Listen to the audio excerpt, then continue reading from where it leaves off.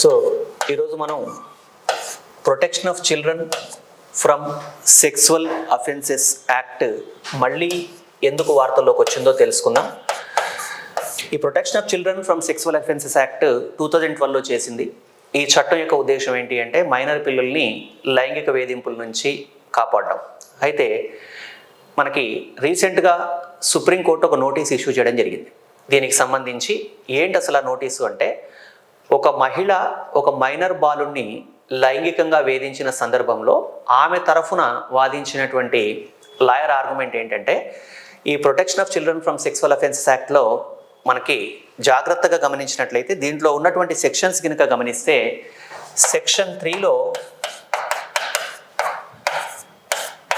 He అనే పదమే వాడడం జరిగింది. కాబట్టి ఇక్కడ ఈ చట్టం ప్రకారం అంటే protection of children from sexual offences act ప్రకారం ఈ మహిళని శిక్షించడానికి వీల్లేదు అన్న కోణంలో ఒక ఆర్గ్యుమెంట్ కొనసాగింది.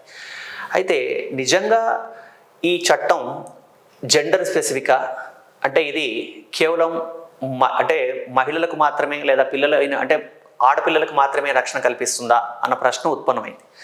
దీంట్లో ఉన్నటువంటి టెక్నికాలిటీస్ మనం గమనిద్దాం. ఎందుకంటే ఇండియన్ కాన్స్టిట్యూషన్లో ఆర్టికల్ 14 ప్రకారం చట్టం ముందు అందరూ సమానమే. అలాగే ఆర్టికల్ 21 ప్రకారం అందరికీ జీవించే హక్కు ఉంది. ఆర్టికల్ 39లో ఉన్నటువంటి క్లాజ్ 1 ఏం చెబుతోందంటే పిల్లల్ని రక్షించాలని చెబుతోంది. మరి అలాంటప్పుడు పిల్లలు అన్నప్పుడు అక్కడ మగపిల్లలు ఆడపిల్లలు అనేటువంటి డిఫరెన్స్ ఏమీ లేదు. మరి ఈ చట్టంలో హీ అనే పదం వాడినప్పుడు మహిళ ఒకవేళ గనుక లైంగికంగా ఒక బాలుని మైనర్ బాలుని వేధించినట్లయితే ఈ చట్టం ప్రకారం శిక్షించవచ్చా లేదా అన్నప్పుడు లాలో ఏంటి అంటే మనకి ఇలాంటి జెండర్ స్పెసిఫిక్గా ఒక పదం టెక్నికల్గా సాంకేతికంగా జెండర్ స్పెసిఫిక్గా ఉంది అన్నప్పుడు దానికి సంబంధించి ఏం చేయాలి అనే విషయాన్ని తెలియజేస్తూ మనకి జనరల్ క్లాజ్ యాక్ట్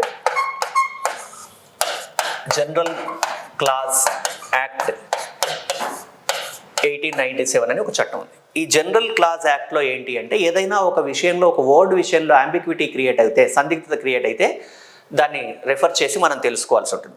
ఈ 1897లో చేసినటువంటి అంటే 1897లో చేసిన జనరల్ క్లాజ్ యాక్ట్ని రకరకాలుగా అమెండ్ చేశారు.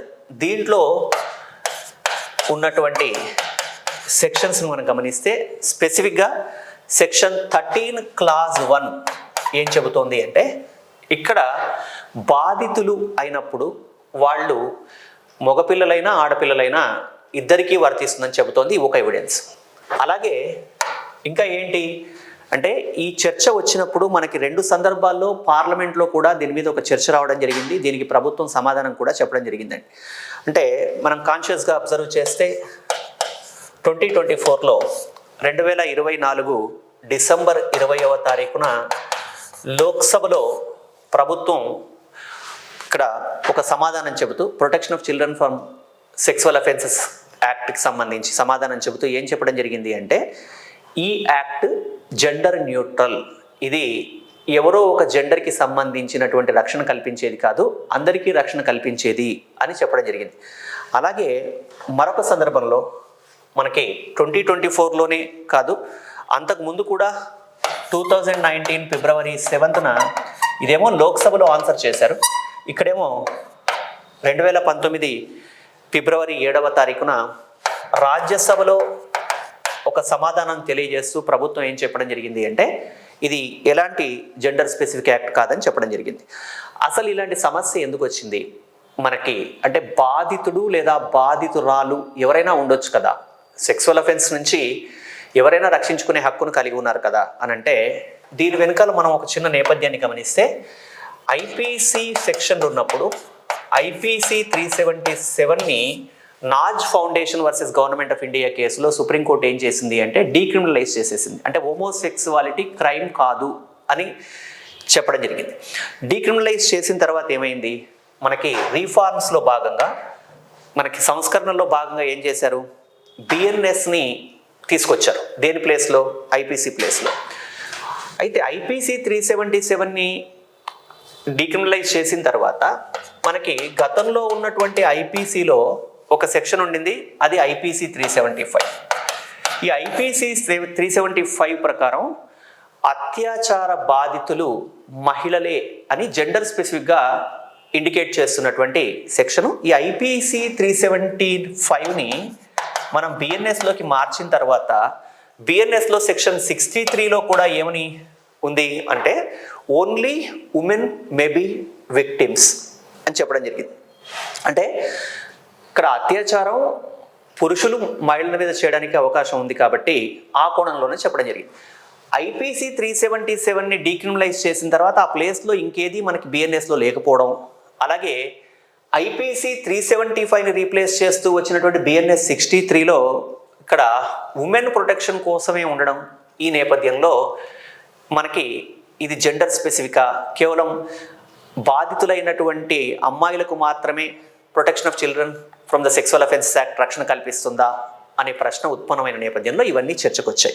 ఇక్కడ మనం గమనించాల్సింది ఏంటి, లోక్సభలో ఆన్సర్ చెప్పారు, రాజ్యసభలో ఆన్సర్ చెప్పారు, ప్రభుత్వం ఇది అందరికీ వర్తిస్తుంది, న్యూట్రల్గా ఉంది. అలాగే ఇవే కాకుండా జనరల్ క్లాస్ యాక్ట్ 1897 కూడా దీన్ని కన్ఫర్మ్ చేస్తూ ఇది అందరికీ వర్తించని చెప్పినప్పటికీ కూడా మళ్ళీ కొన్ని ప్రశ్నలు అప్పుడప్పుడు ఉత్పన్నం అవుతున్నాయి.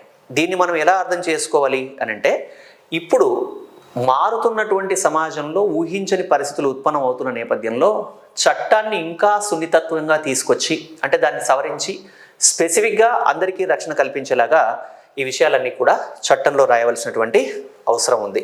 అయితే ఇక్కడ మనం గమనించాల్సిన మరొక అంశం ఏంటంటే, సాక్షి వర్సెస్ యూనియన్ ఆఫ్ ఇండియా కేసులో సుప్రీంకోర్టు అత్యాచార బాధితులు ఒకవేళ గినక మైనర్లు అయినప్పుడు వాళ్ళు ఎవరైనా అవ్వచ్చు, అంటే మగపిల్లలైనా కావచ్చు, ఆడపిల్లలైనా కావచ్చు అని చెప్పడం జరిగింది. కాబట్టి ఈ కోణంలో కూడా మనం ఆలోచించాల్సినటువంటి అవసరం ఉంది. సార్ మరి ఈ ప్రస్తావన ఎందుకు అసలు అని అంటే, మైనర్లనే కాదండి, రీసెంట్గా మనం చూసాం, మనం ఆంధ్రప్రదేశ్ రాష్ట్రంలో ఒక కాలేజీ చదువుకుంటున్నటువంటి ఒక అబ్బాయిని టీచర్లు వేధించడం, ఆ తర్వాత అతను సూసైడ్ చేసుకోవడం లాంటివి మనం గమనించాం. సో ఫార్వర్డ్నెస్ అనేది ఎవరిలోనైనా ఉండవచ్చు, అది పురుషుల మహిళల అనే కోణం కాదు. కాబట్టి ఇక్కడ చట్టాల్ని మనం మారుస్తున్న క్రమంలో ఇంకొంచెం సెన్సిటివ్గా ఇలాంటివి తీసుకురావాల్సినటువంటి అవసరం ఉంది. కాబట్టి ఇక్కడ మనకి ఈ ఆర్గ్యుమెంట్లో హీ అనే పదం ఉంది.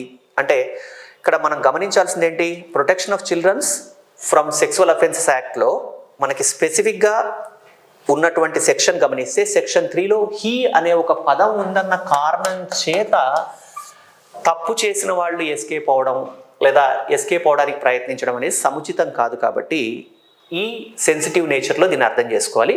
అంటే ఒకవేళ గినక క్వశ్చన్ డిస్క్రిప్టివ్లో 10 మార్క్స్ గినక అడగాలనుకుంటే ఏమని అడగొచ్చు అంటే, ఇక్కడ స్పెసిఫిక్గా protection of children from sexual offences act is gender specific అని క్వశ్చన్ ఇస్తే మనం కాదని చెబుతూ ఈ ఎవిడెన్సెస్ రాయాల్సి ఉంటుంది. అంటే ఇక్కడ మనం ప్రస్తావించాల్సింది ఏంటి అని అంటే, ఈ చట్టంలో ఏముంది, లోక్సభ రాజ్యసభల్లో ప్రభుత్వాలు ఏం సమాధానం చెప్పాయి, అలాగే జనరల్ క్లాస్ యాక్ట్ ఏం చెబుతోంది, దాంతోపాటుగా సాక్షి వర్సెస్ యూనియన్ ఆఫ్ ఇండియా కేసులో సుప్రీంకోర్టు ఇచ్చినటువంటి తీర్పు, ఇవన్నీ చెప్పి ఈ చట్టాన్ని ఇంకొంత సెన్సిటైజ్ చేయాల్సినటువంటి అవసరం ఉందని చెప్పాలి.